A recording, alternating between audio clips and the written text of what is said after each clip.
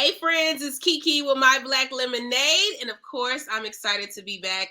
We are doing Black in the Day conversations, and today's guest is Brian Nolen of Nolen Entertainment. Hello, everyone. Hi, Hi, Brian. Kiki. How are you? I'm doing great. How you doing? I'm doing well. I'm excited to be talking to you. You Likewise. have I know you are a busy man, so we won't take a lot of your time. But tell us about Nolen Entertainment. Yeah, so Nolan Entertainment is kind of an all-encompassing entertainment business. Um, I have several legs of the business, I like to call it. So I manage artists, I promote live music shows. I also book entertainment for private events like weddings, birthday parties, things of that nature. I also do some artist consulting. So, in some situations, artists don't necessarily want management, Hmm. but they could use some advice on the direction they like to go. So, I do that. Pretty much anything that doesn't involve the recording studio and producing and mixing and mastering, I do it. All the things behind the scene that make the show Pretty and the much. artist amazing. And we Yeah. see a lot of this at your events with Soulful Sundays and Thank you. your all of the events that you put on in the city. Tell us a little bit about Soulful Sunday and what made you want to create that. Yeah. So Soulful Sunday was a brand that I was actually brought into by Brandon James. He's a great artist from Chicago. I started my music business promoting shows out in the southern suburbs of Chicago in Tinley Park at a martini bar called Intimo. For those that are in Chicago, if they remember that. And Brandon performed at one of it used to be called the Real Music Series. Brandon Hmm. performed there. And he said, "Hey man, I love what you're doing. Can you help me and partner with me at Soulful Sundays in the city at Reggie's?" So I said, "Sure." And that was about 5 years ago.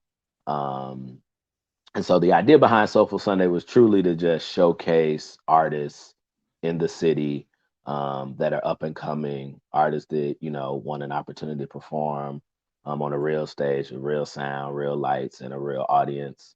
So just really focusing on highlighting them. And then over the years, it evolved a bit. We brought in a DJ to kind of hype the vibe up a little bit, and brought in a host. And recently, we've also been helping folks celebrate their birthdays, and bringing in vendors to kind of feature some Black-owned businesses in the city as well.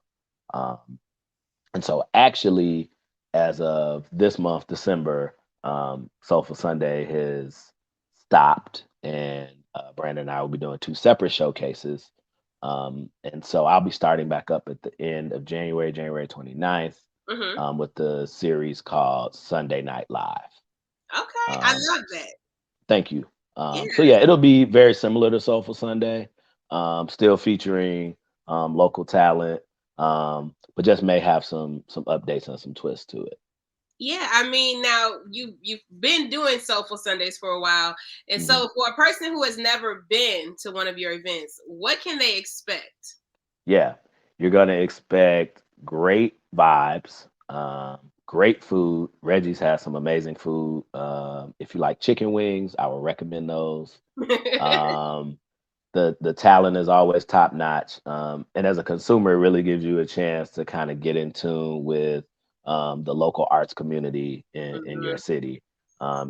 People that may not be selling out theaters, but they're super talented. So Yeah. you can hop on the bandwagon early, I like to say, and really get affiliated with some top notch artists early on. I think it's important to always give artists from our city who may be up and coming a platform like Soulful Sundays. How do Yeah. you go about finding the artists for those events, or do they just come to you? That's a great question. A lot of it is just my network. I used to be a musician Okay. back many, many, many years What did ago. you play? I played the trombone. Okay. I played the trombone and piano from fifth grade through college. Wow. Um, yeah, so I went to school for music business. Okay. So Um, you're not used to be a musician. You're still a musician. Like, in my heart, Yeah. deep down, I am.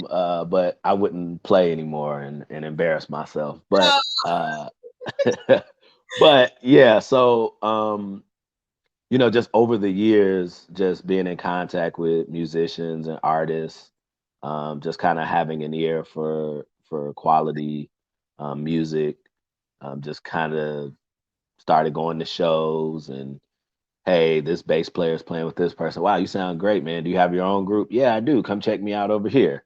And I would oh, go check them out. So just being out and about and just finding people. So mostly my network, but then, recommendations. Oftentimes artists will come to the showcase and say, oh man, this is cool. I want to play too.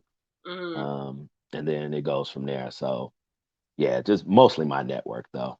Okay. Well, I mean, it's good to know that you have those musical roots dating back to what, fifth grade, you said? Yeah, long time ago. Yeah. So I have to ask, what in your childhood, how did music play a role in your childhood and inspire you to now make this your business? Yeah. So my parents were both into music. My mom played piano and sang, and my Oh, dad played the saxophone. So music was always playing around the house. yeah. Um, and I have to shout out my parents. They definitely made sure that I was always active in some activity. Hmm. So when it came around to fifth grade, it was time to choose an instrument. Um, and it's funny because it was a private school Okay. and so I went to the trumpet first. I don't know why. Um, and I put it up to my mouth, couldn't make a sound. And the band director was like, "Hey, your lips might be a little big for this horn, son." What? I was like, "All right." He was like, "Try this." So he gave me the trombone. The mouthpiece is bigger, Hmm. and I got a sound out of it instantly. Oh my So I was goodness. like, "Okay, maybe this is what I need to be doing." Right. Um, so yeah, I just started playing and practicing, and it was fun. It was okay. Hmm. But what really changed things was in seventh grade, um, I went to public school, and the public school in my neighborhood because I was going to private school. So I told my mom, "Hey, I want to be around some kids in the neighborhood. I want to get to know them." Right. And so my public school at the time, Prairie Hills Junior High School in Markham, Illinois. Um, Oh wow. South suburbs. South Okay. suburbs, yes. They had a jazz band, and so I joined, and I wasn't where I wanted to be. Like I was sounding okay, but the guys around me were sounding really good. Yeah. So I went to my band director after rehearsal one day, and I said, "Hey, how do I?" The guy refers to his name is Ishmael. Um, I need to check in on him. I wonder where he is these days. But um, I was like, man, how do I sound good like Ishmael? He was like, you have to practice and you have to listen to jazz. He was like, do you listen to any jazz? I was like, no. And he was Hmm. like, well, here, check out this tape. And he was an ex guitar player from Las Vegas, years ago. He played with like, Count Basie and older classic acts like that. And so he was like, hey, check out this tape. And then, asked your dad, does he have any jazz albums? So I went home and said, hey, dad, do you have any? He's like, oh man, I've got hundreds. And then it just kind of went from there. So fell in love with jazz at that point. And then in high school, I met a lot of other guys my age that were into jazz as well. And we formed a band and would play around the south suburbs in the cities, weddings, retirement parties, stuff like that. Hmm. Um, and they're still some of my closest friends to this day. And it just kind of went from there. And then I went to college and Yeah. it just spiraled. I mean, look what it spiraled into, though. To see you starting from fifth grade, just experimenting, to now owning your own music and production company, that Yeah, has to feel good. So, it does. when anybody comes to your events, whether it's Soulful Sundays or Jazz and Jokes, people feel at home. It's like a big family. It's a Yeah, vibe. You have yeah, comedians there. yeah. So tell me like the importance behind making your events feel like that family feeling. Is that just a part of your growing up? Yeah. Yeah, I think that, you're nothing without your audience. Hmm. And so I feel like if people took the time to come support you, right, I want to make sure that they have a good experience. Yeah. And since I'm not the one on the stage, somebody has to check in on the people. And I feel like that's important for any event that you put on to make sure that your guests are taken care of. Mm, And of course, I want them to have a good time, tell people, come back and bring people. yeah. Um, so I feel like, if you treat people that way, then, it'll come back to you full circle. I mean, it's a dope thing because I've heard so much about the events, and they say it's like you have old people, young people, like Yeah. everybody's just partying together. Um, Yeah. and I think, especially in our city, we need something like that. And so, Yeah. how did jazz and jokes come about? Yeah.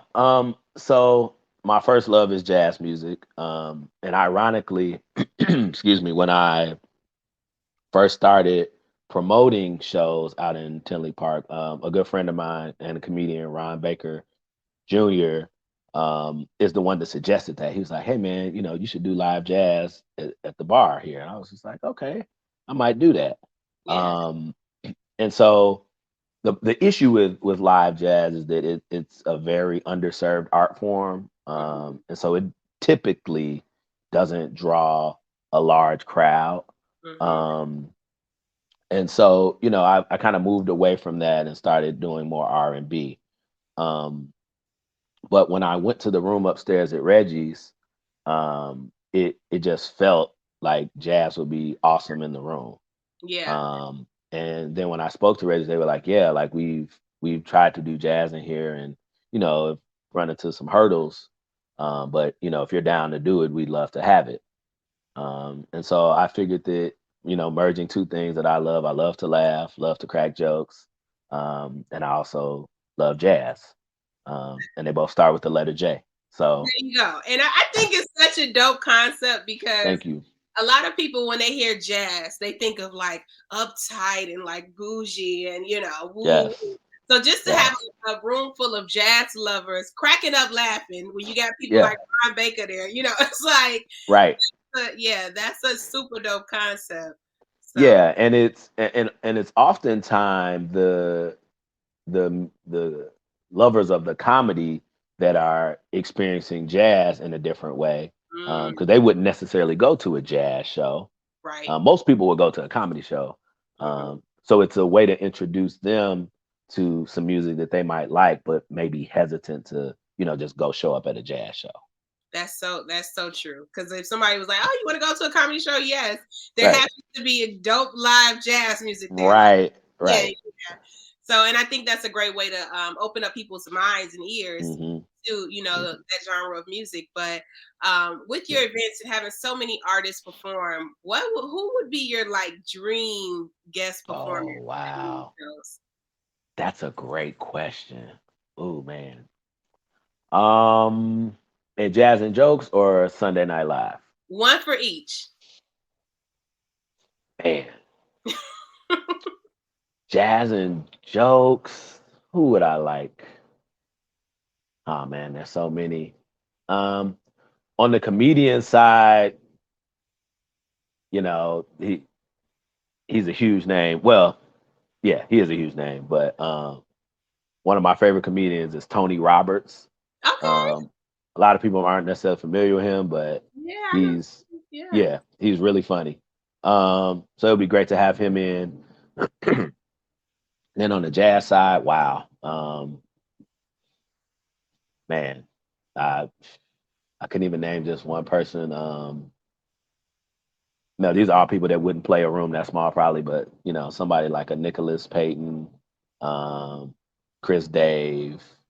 Um, you can look all these folks up there. I'm gonna have Awesome. to, but I'm Yeah, like, I don't want you to stop naming them because I want you to like manifest this. Like, you think they yeah, in your room, you never know. that's true. Yeah. Chris Dave, Nicholas Payton. Let's see. Terrace Martin. Um, folks like that.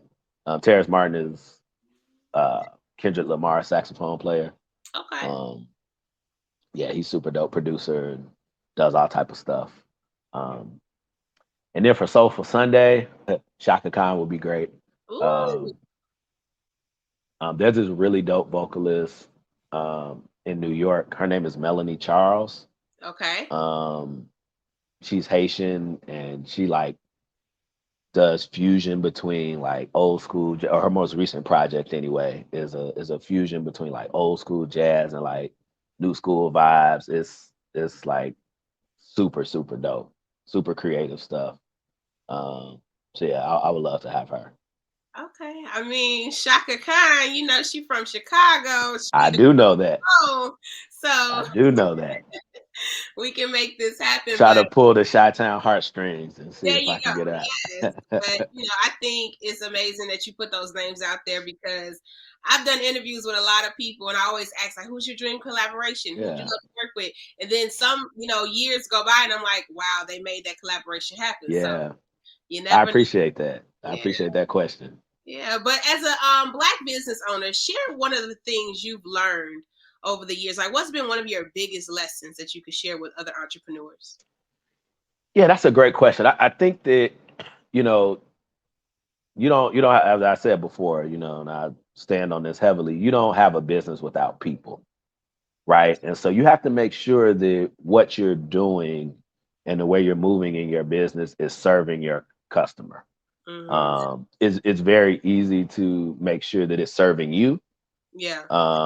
But if it's not serving your customer, then you may be successful for a short amount of time, but you probably won't have much longevity. Mm. So I'm big on just making sure that the people are okay, right? If Yeah. the people don't like it or if it doesn't make sense for the audience, for example, I wouldn't put a concert at the top of a hill, right? That doesn't make sense to make your consumers walk up a hill to see a show. Come Um, on. Yes. so yeah, so just trying to make sure that you value the consumer experience in the decisions that you make. Yeah. So it's important to put your consumer first almost because without them Yeah, there's no business. correct, Yeah. correct. Yeah. Yeah, definitely have to put them first.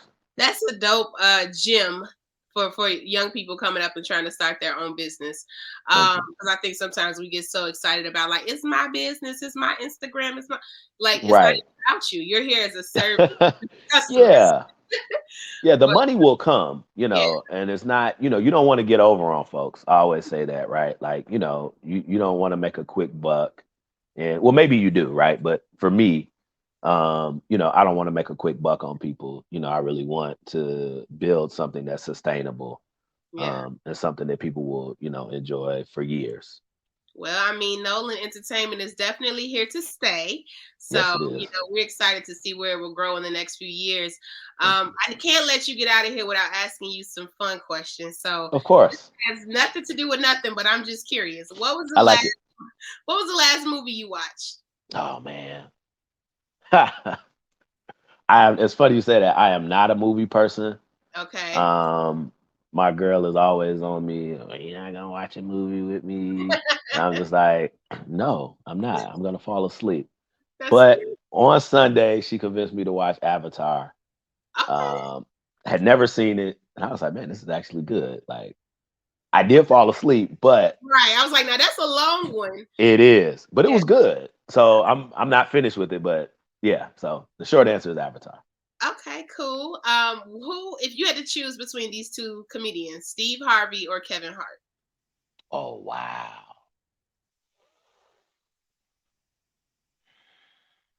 man, I got to go with Kevin Hart. Kevin Hart. From Okay. a strictly stand up perspective, I got to go with Kevin Hart. Kevin Hart. What's your favorite food? Lasagna, Okay, lasagna. Love that. Do you make yes. it or You know, ironically enough, I have not made it yet. Um, I have to talk myself into cooking, and I just haven't been in the cooking mood in a while. Um, but I do have an award-winning chili recipe. okay, award-winning chili? Yes. Hmm. And Okay. I'm the one that gave myself the award. So I was gonna, but just two more questions. sure. Is okay when you are in the shower. This is so random. Hmm. Do you start feet first or the top of your body first? Top down. Got you. Okay. It's weird. I feel that would feel weird to, huh? I've never even thought to try that. That's a good question. I always get people with that one because a lot of people be like, I don't even wash my feet. I'm like, oh my god, that takes it to another. Yeah, you would be I surprised. mean, I'm just saying, I feel like you should wash everything on your body.